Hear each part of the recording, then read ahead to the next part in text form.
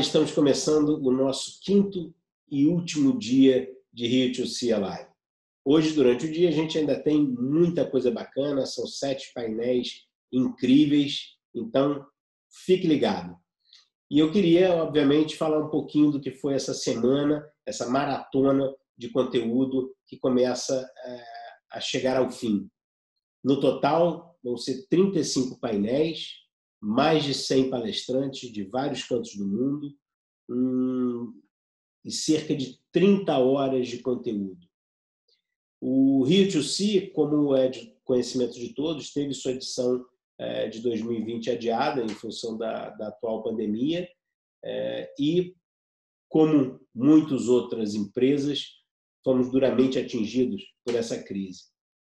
Mas a gente conseguiu enxergar que era necessário manter o propósito do nosso projeto vivo. Então, contando com a parceria, garra, engajamento sem igual da nossa equipe incrível, os nossos parceiros, e eu gostaria, mais uma vez, de fazer um agradecimento especial ao YouTube, que viabilizou esse projeto, a gente conseguiu colocar o Rio2C Live em tempo recorde de pé, com o mesmo cuidado e excelência da curadoria do nosso evento físico presencial. Então, acho que a gente, ao longo dessa semana, cumpriu a nossa missão de manter a indústria criativa conectada, informada e inspirada. Hoje a gente termina a conferência digital, mas ao longo das próximas 3 semanas, agora de maio, a gente ainda tem o mercado virtual, onde vamos estar conectando produtoras com distribuidores, plataformas, canais, assim como startups e investidores. O Rio2C agradece a audiência de vocês e a gente espera que isso tudo passe o mais rápido possível para que a gente possa estar junto de novo no Rio2C, aí sim, presencial. Obrigado, aproveitem o dia de hoje e não percam, ao final da nossa programação, uma surpresa especial que a Orquestra Petrobras Sinfônica fez para vocês. Obrigado, aproveitem o dia.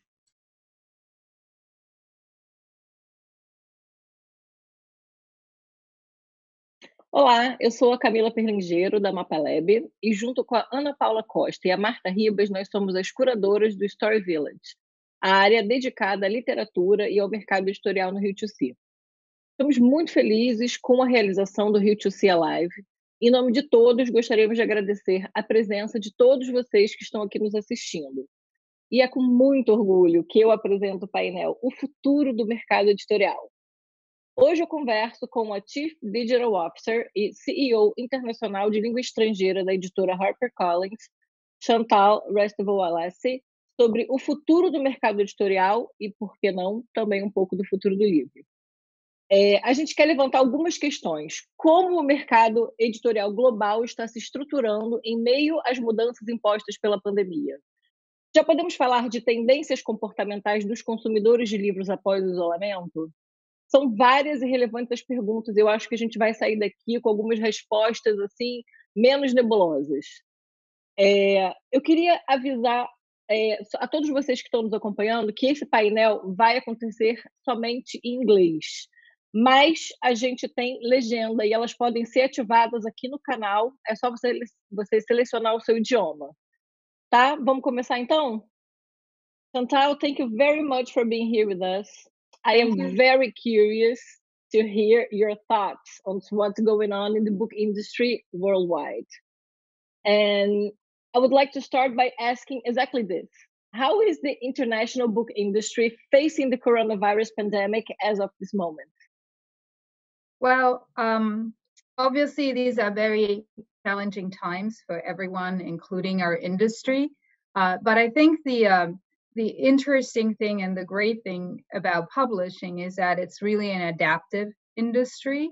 And even in these difficult times, the industry and our company in particular is adapting and changing along, what's happening. So one of I think and we will go into detail a little bit more.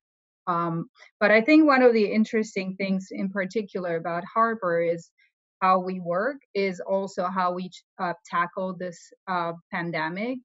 So obviously every market is facing unique local conditions, but because it's a global pandemic, some things are global or similar. So it is actually the same way we work every day with our books, in that we share experiences globally and best practices. So we tell each other the good learnings and the difficult learnings from each market, while at the same time we tackle the situations on a local basis. So it's a combination of local and global, which has been actually very helpful for us as a company, because it gives the benefit of feeling part of a whole, and also of getting the information maybe from markets that are ahead of the experience and ahead of the curve. And frankly, I feel if governments worked the same way, we would be in a better place.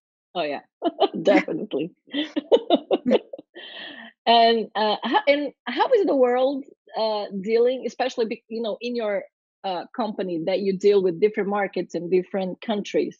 How is the world dealing with new releases, upcoming mega sellers, book launches, when we can't or shouldn't leave the safety of our homes? Yeah, I think that's one of the examples where I feel the industry has been really great at innovating fast. We're obviously using much more digital platforms and virtual events, especially in the US, but not only.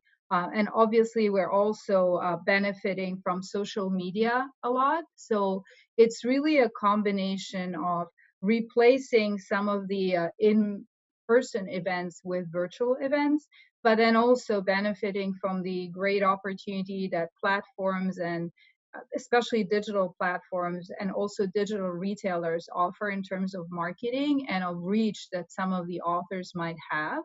And the authors have been exceptional and fantastic. They really embrace the opportunity to help consumers, spend their time. They've engaged themselves in reading activities online, in supporting activities, and even fun activities. Some of them have done funny videos, really understanding how tough it is for consumers to be at home, but also how nice it is to see, sometimes to even see, we're all curious to see where they live, how they live, peek into their lives. So it's actually made them even more approachable, and made our events, actually more interesting. Yeah, I always say that, like, when you have authors engaging with their audience, it makes them more human, instead of this entity that we don't know about, right? That like we just read their books, but we don't know anything about them. Yeah, do you think that you can just one more thing. It's a little bit like, obviously we have also been working a lot, like we are doing now, with visual help. And it's funny to see, for example, like in my case, occasionally you get my cat walking all over the screen. The same happens with some authors, or you hear their dogs barking or whatever. There are also some funny moments. And, and pets have become part of the, part of the scenery and part of what makes them human. Yes. And do you think you can achieve the same success with these books, like not only in terms of sales, but like marketing and everything? Do you think that you can never leave your house, like you can never work differently ever again? Do you think that this is the best way to work? I think no, I think human touch is important, and human relationship and physical relationships are important. But I do think that this way of working, also in marketing, will become more integrated in the way we work. I think it actually increases the reach for an author, and frankly democratizes the access to an author, because not everyone was able to tour, or not every little town would be able to be touched, or every country would be able to receive an author. And I think this way, it has shown that, it is possible. And so the combination, I think, will persist. I don't think it will replace, but I think it has shown us and has shown the talent and the authors that it is possible to do and to engage consumers. So I think it will be a complementary tool for us. And it's a welcome tool, especially for myself, because having to deal with international, as I said, touring, especially traveling internationally, is often quite expensive and also time consuming. And for authors, it's always been a struggle, to be able to do both writing and marketing at the same time. And they rightly so prioritize writing, and also rightly so the prioritize bigger markets and bigger opportunities. But this way we can actually help them reach more people across the world. And I think that's also obviously always been an objective for our company. The way we set ourselves up for international and global is to really optimize their social media opportunities and now also their virtual events opportunities, so that whenever they do something in one place, we make sure we activate and we tell consumers everywhere in the world where their fans might be that event is happening, or that Facebook Live is happening, or whatever it is that's happening. So I think it's really going to be a great additional way for authors and for ourselves to market to consumers, and for consumers who did not have an opportunity in the past to be closer to their favorite authors. Now I would like to talk about sales. A quarter of the world is currently at home, and bookstores everywhere are closed. Do you think big online players such as Amazon and other marketplaces became a solution for publishers, also independent bookstores that use their marketplaces, while we are all facing a pandemic? Or is it the beginning of the end of the book market as we know it? I never think it's the beginning of the end. I always think it's the beginning of a different future. I do think that obviously online retailers, whether they're Amazon or other companies, it depends on the markets, have been an incredible solution and have offered really an incredible solution for publishers to reach consumers at a time that was really hard. And when independent stores and also chains were closed or still closed in many places. However, I have also seen a couple of other things. I've seen independent retailers, especially in the US, adapt already and set up their own e-commerce capabilities through third parties. I've seen mass merchants, both in the US and in other countries, start offering e-commerce more and books more in e-commerce, or even curbside pickups. So I think the world is adapting. And while in the beginning, it looked like the e-commerce retailers that were already in the business, obviously were the ones ready to adapt to this new world. I think other channels are adapting as well. And I also see, obviously, and we'll talk about it maybe later as well, but obviously the digital platforms have also been growing in their activities. So really, I think I expect a little bit like with marketing, I think this has accelerated some trends, obviously the e-commerce trends, but I think what's happening is that existing channels have incorporated or starting to incorporate e-commerce more in their day-to-day offering to consumers, the smarter ones, the more adaptable ones. And therefore, I actually think it will offer the likes of Amazon more competition in the medium term. Yeah, definitely. And do you also think, like for independent publishers specifically, we have a rather large independent publishing industry in Brazil, and do you think it's going to be much harder for them? Do you think like globally independent publishers are also adapting and setting up their e-commerces and marketing practices, like rushing to be more online maybe? Yeah, I mean, I honestly think it doesn't necessarily mean scale. You know, it's pretty easy to set up your store, frankly, these days with tools like Shopify. I mean, you don't need to be a super mega, it's not expensive anymore, super mega company. And the tools we use are pretty standard, and whether we're selling to Amazon or whether we sell to a marketplace, the metadata is the same. You know, so I don't really think that there's a huge barrier in terms of scale, and everyone can set up an account on a marketplace, whether it's called Amazon or B2W, I think in Brazil. So I think it's really more a question of mentality and adaptability. So I can't speak, obviously, to smaller independent, publishers in Brazil, but I think it's really more a matter of their willingness to adjust rather than a matter of scale. And I think that's true, again, what I observe also in the US, whether it's an independent retailer, there's some that have adapted and some that haven't, but that's really not a matter of scale. Mm-hmm. And you were talking before about not just books, but different platforms.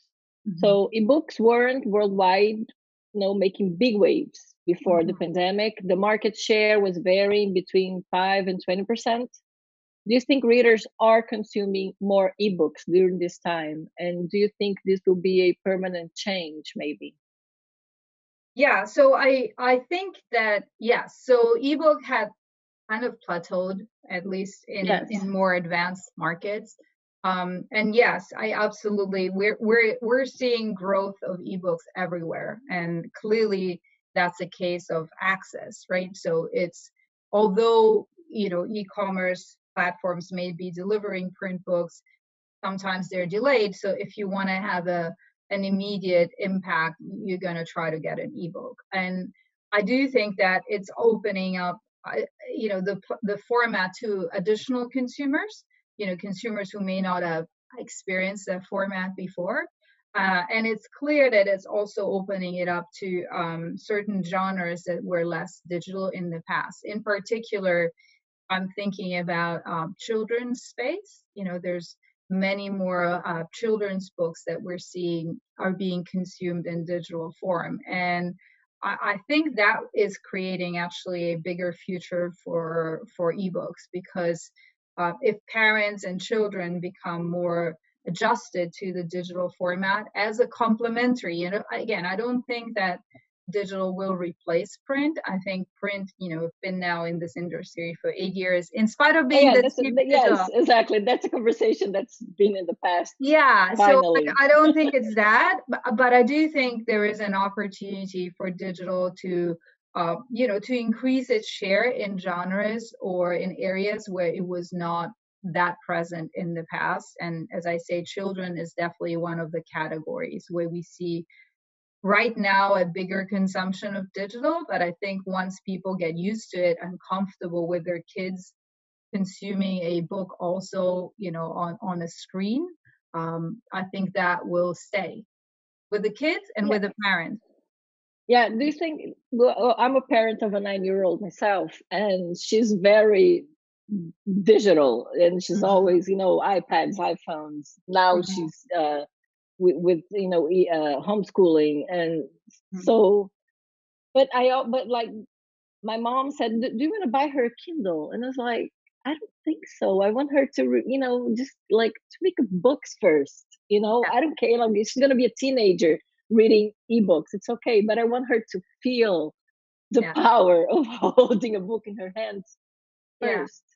Like she still reads a little bit of illustrated books, but she's already in the Harry Potter and like mm-hmm. pre-teen twin things. Mm-hmm. And I don't like, I'm resisting, and I'm a publisher who reads a lot of ebooks, a lot, like mm-hmm. much more than print today, which is mm-hmm. ridiculous. But mm-hmm. but do you think parents everywhere still resist the idea of having the younger children, like 10 and under, consume ebooks instead of print?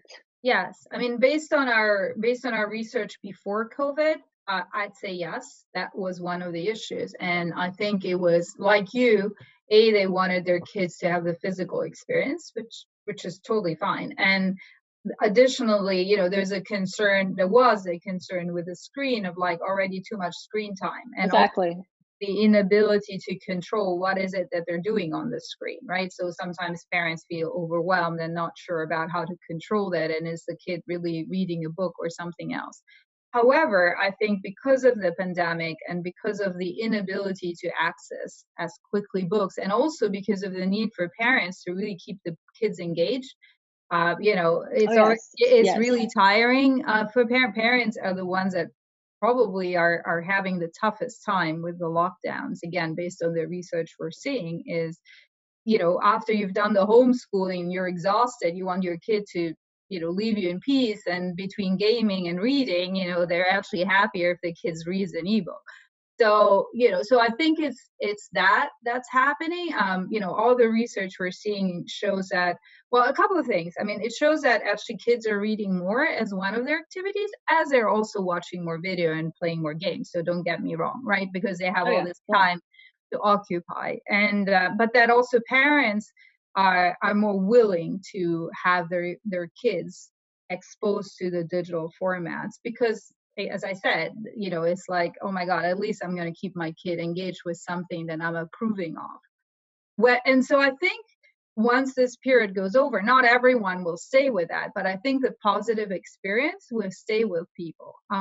And the other thing that we're observing is it's actually not just digital. I think in general, which is encouraging for the industry in this lockdown period, people are saying, even in Brazil, 20% on average reading more, right? So they're sitting at home and they're actually reading more.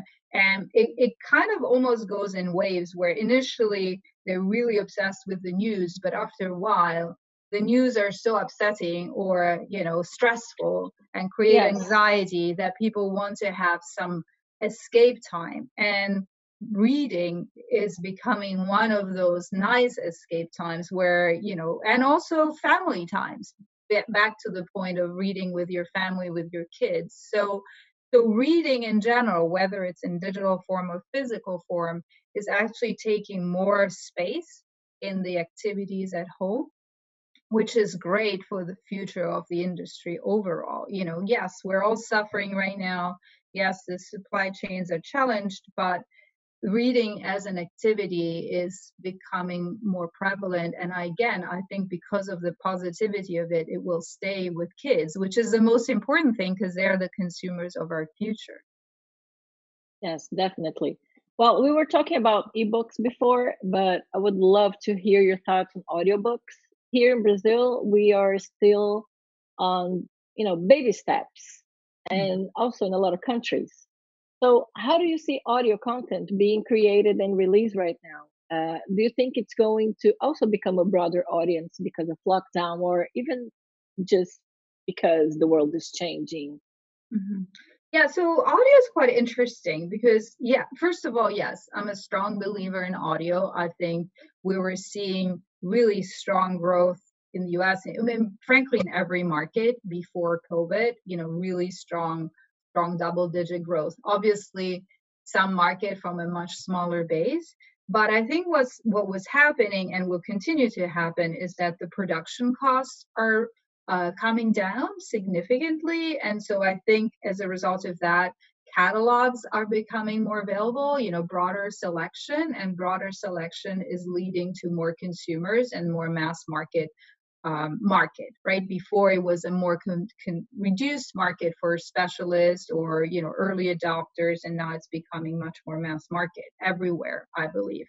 And it's a combination of the availability of interesting content and also the access, right? So the mobile phone is available pretty much to every one of us anywhere in the world. And I think the audio format is particularly conducive to be consumed on mobile phones, much more than the ebook, because, frankly, the ebook is just too small to read and you go half blind. Especially if you're my age, it's like, you can't really see it. So I think as a result, consumers who want, they're constantly multitasking, occupying their times while they're commuting, etc. So I think what's happened, and then with COVID, actually, I think it's interesting because in the initial phase, it varies by market again. Like I think in the US, because it's a very heavy commuter market, we've seen a decrease in audio initially, but now it's coming back up. So I think initially when people were, not commuting anymore, they stopped their use, but they're returning to the audio market now that things are more stable and they're just getting used to their daily routine. So as a result, and whereas in other markets, let's take the UK, it's continued to grow. So I really think it will continue to grow. It's an exciting format. It's a complementary format. Again, I think, if you look at storytelling, there's always been audio, right? Storytelling was first done, by people who were telling stories to each other. So I think that's the beauty of audio. It's always been part of our culture, and it just gives us the opportunity to do more things with a story.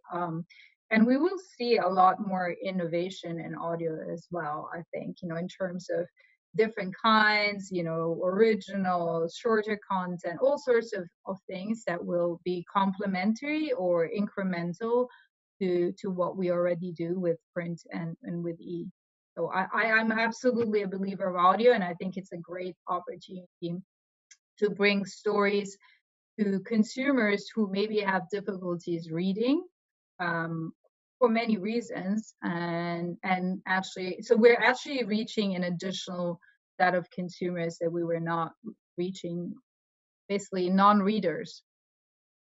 Do you think that audio, and like this is a personal curiosity actually, do you think audio contributed to turn ebooks not obsolete, but like to maybe compete with them? Do you think the two digital formats compete with each other, and that's why ebooks had a rougher time in the past years? Yeah, no, I don't think so. I think the audio consumers are really different. And the type of books that do well in audio tend to be different from the types of books that do well in ebook. So I don't think they're competitive formats. Obviously, in some cases you have an audiobook do better than the ebook format. Absolutely. It tends to be things like, self-help or with big personalities where you would really like to hear their opinion and their voice. The closer you are to a podcast experience, the better the audio does versus the ebook. It comes back to the point you said before, which is you feel closer to the author when you hear their voice, if it's an author that's telling its personal experience, right? So I think that there are definitely books that do better in audio than they do in ebook, but I don't think they're necessarily competing formats. I think what happened to the ebook is that I think I think the print book is what people really want, right? Really. I mean, I really think people love, which is great, people love the physical book, and the physical book has value in its physicality. It's a beautiful object. It's a nice object you are proud of. Look at us. And both you and I have libraries behind us, right? We like to show them off. We like to show people. They're part of who we are. They're part of showing others of what we're interested in. So the digital format cannot do that. So the digital format is much more practical element, right? You're traveling or you're consuming a lot, and you're doing that on books that you're not so proud maybe of showing on your shelves. So it's a different thing. It's maybe for your guilty pleasures, fine. So again, I think everything has a purpose and everything is here to coexist. And I think the slowdown in ebook was partly driven also by the change in pricing in some markets, where the more mass market end was the part that was doing better in ebooks. And once the pricing became less compelling for consumers, the consumption went back to print, because it was like, well, if I don't see the great opportunity on price-wise, then I'm just going to stick with print. It's not that compelling a format on its own, right? So I think that's really, but I think all of these are great complementary offers, and the consumer can choose. And really, what we do as a publisher and is support the author on their stories and selling the title, and then the format just becomes an offer for consumer, and the consumer can choose depending on the moment or the genre, what is it that they want most. So I think our job as publishers is to help the authors be as present as possible in as many formats as possible, and also in as many channels as possible. I've said that many years, that is our job. And obviously doing so in a way that's protecting the value of the content they create. But our job is really to make sure that everyone knows about them and everyone can have access in the way that matches their desires, the demand. Do you think readers, I think like readers are consuming more ebooks, they're consuming more audio, they are letting their kids read ebooks. Do you think the readers everywhere will change the way they consume books? Do you think like book related products as well? Do you think they will desire maybe take a chance on different genres? Since they are experimenting with content because of being locked down.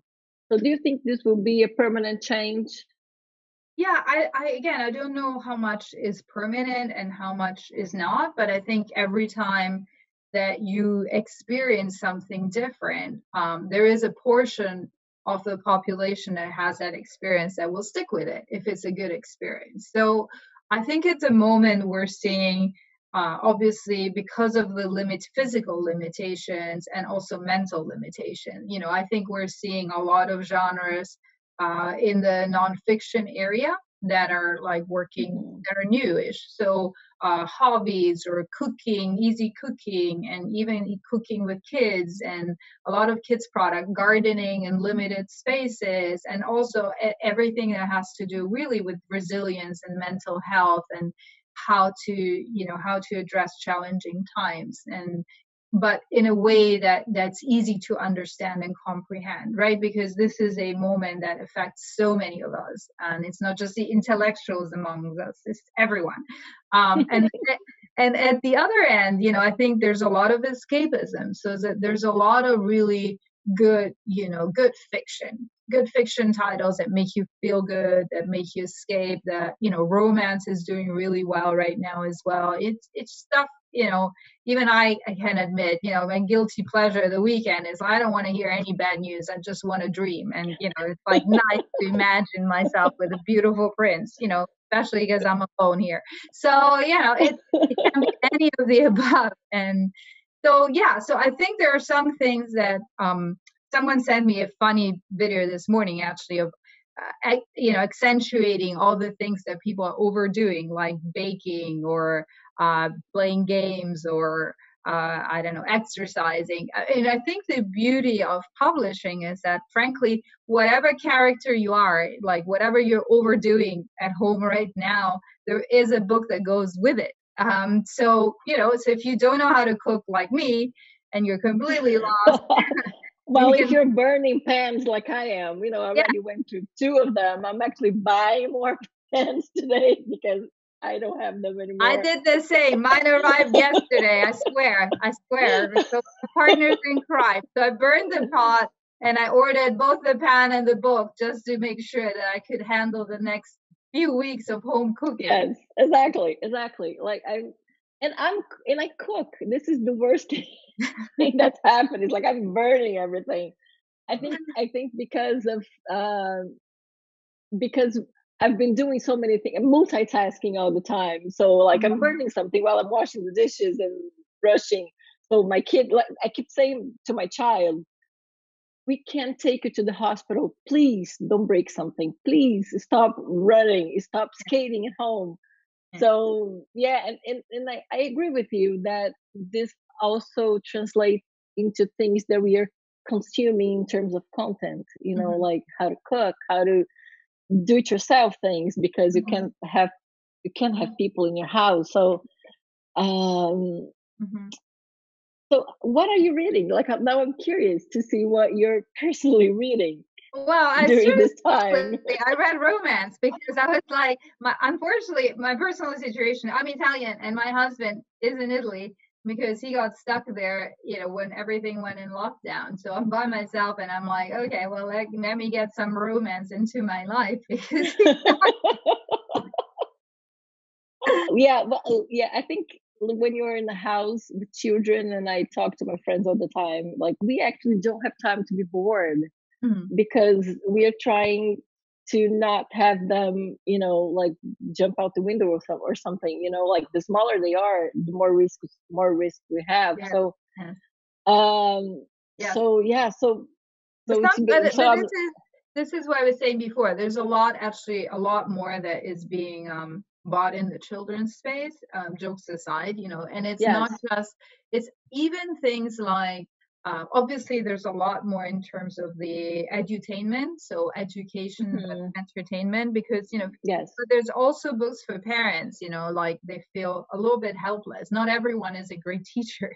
And so how do I engage my child, and how do I make it fun? And also activities, a lot of, obviously people are talking about the puzzles and board games, but there's also like books that relate to those activities or that are complementary. So there's really, as I say, there's a lot of choice. Yes. And I think that's really great because, as I say, people are like, yes, of course they're watching videos, and I don't want to negate that there's that too, or gaming, but when people do that, but there's also more interaction in the families from what I've read and what I hear and the research we've conducted. So, and people are looking for tools really for themselves and for the kids to make them feel like, yes, they are spending time, but it's not wasted time. It's good time that they're spending together.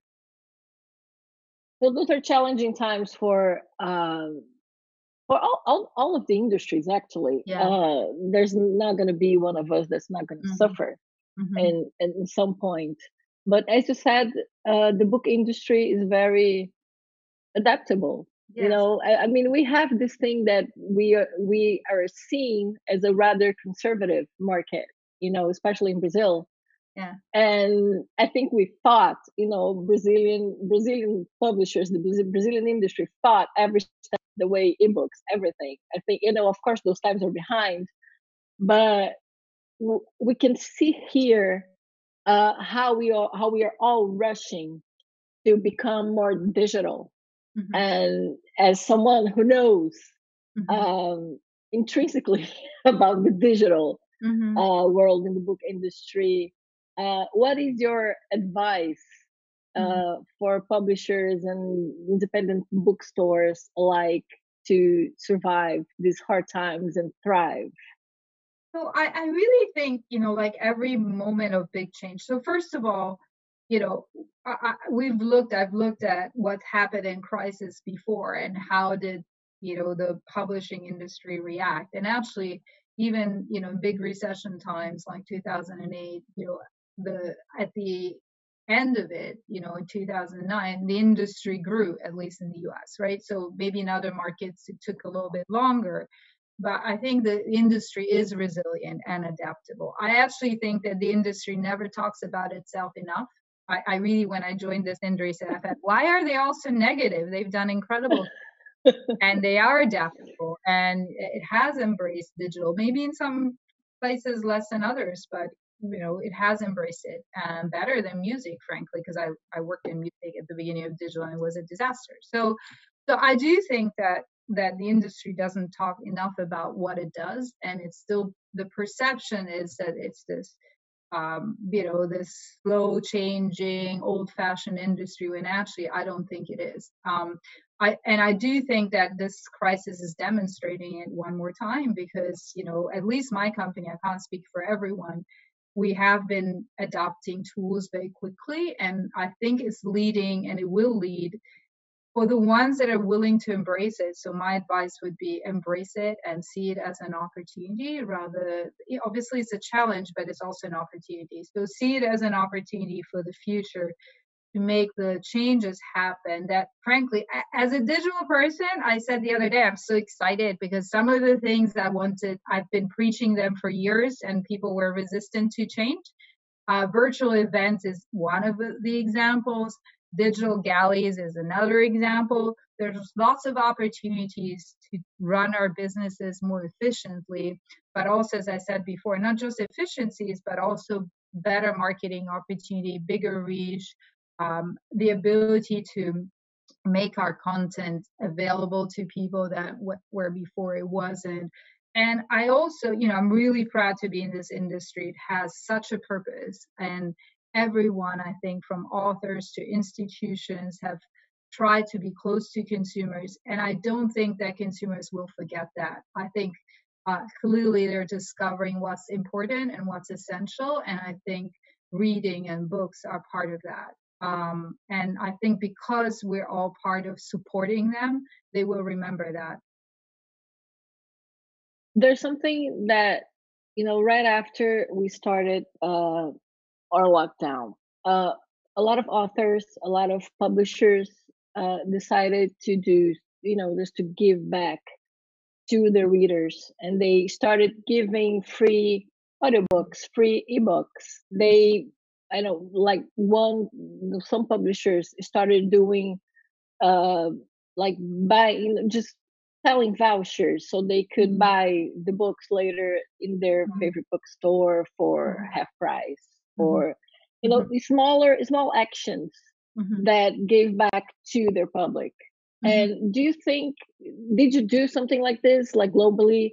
And do you think that this will, I don't think people were doing this for profit or not even for market. It was just like everybody was scared and tense and just trying to survive. The first few weeks, at least, I think we're more adapted now. I mean, not all of us. We're like both. We're all like, going a little bit crazy or adapted completely. And did you do something like this? How did this happen at Harper? Yeah, I think it varied by country again, so we're doing some couponing and discounting and also some free activities, depending also in Brazil, but and we do it depending on the markets and also on the support the authors have provided differently in different places.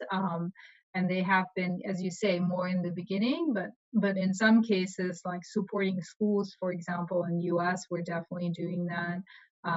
Because we have more of a school market and a school offering here. It really depends on what offers we have. So we've allowed school to use some of our content, which they'd obviously already purchased in physical form, etc. So we really try to stay alongside our partners, whether they're schools or platforms or consumers, depending on the category of product. And I'm not a believer of free, by the way. I think if you give free too much, people will think that your content has no value. But I do think that at some special moments, there is an opportunity to use it, but then you revert back to your normal pricing. So yeah. I do think you need to choose carefully what you support with free and how. And that's what we've been doing country by country and frankly, channel by channel, or type of business. And it really varies depending on the content that we sell in each country. But yes, we have been doing things like that. And again, it always comes in partnership with our authors that have been very, very generous. Okay, I think this has been great. Actually, it's been an honor. I'm a long-time fan. So, oh, thank you. Yes, I think we're running out of time. And I would like for you to make your last considerations and just so we can say goodbye to our viewers. Okay, well, I mean, my last consideration is hopefully you got my message, which is I'm an eternal optimist. I as I said, I love this industry. I think we have an immense purpose. I think as a result of what we're seeing right now, people are reading more. People are sticking with reading. They are consuming books. So as soon as the pandemic is over, I think we'll return back and probably grow even more than in the past. I'm really convinced of that. There's new habits that are starting with consumers. And also there's new habits and new ways of working that we're adopting, which is all positive in my opinion, and really we'll have I think a bright future ahead of us. And so I'm very happy, and that's frankly true for Brazil as well. I know Brazil has some unique challenges, but I think you have a fantastic young population, and you have a lot of opportunities for your publishing to be successful. So thank you for inviting me, and thank you, and I hope I was useful in some sort. So much is almost a class. Thank you very much for being here. Thank you for being available to us at this time. Thank you. I'm going to just say a quick goodbye to everyone who's viewing us. Muito obrigada, gente. Quero agradecer essa conversa. Espero que vocês tenham gostado. Foi importante, acho que ouvir uma pessoa que trabalha com o mercado global dentro da nossa indústria nacional, que conhece o mercado brasileiro. E eu quero agradecer mais uma vez todos vocês estarem aqui nos vendo, e agradecer ao Rio2C também por proporcionar essa conversa excitante nesse momento difícil. Muito obrigada.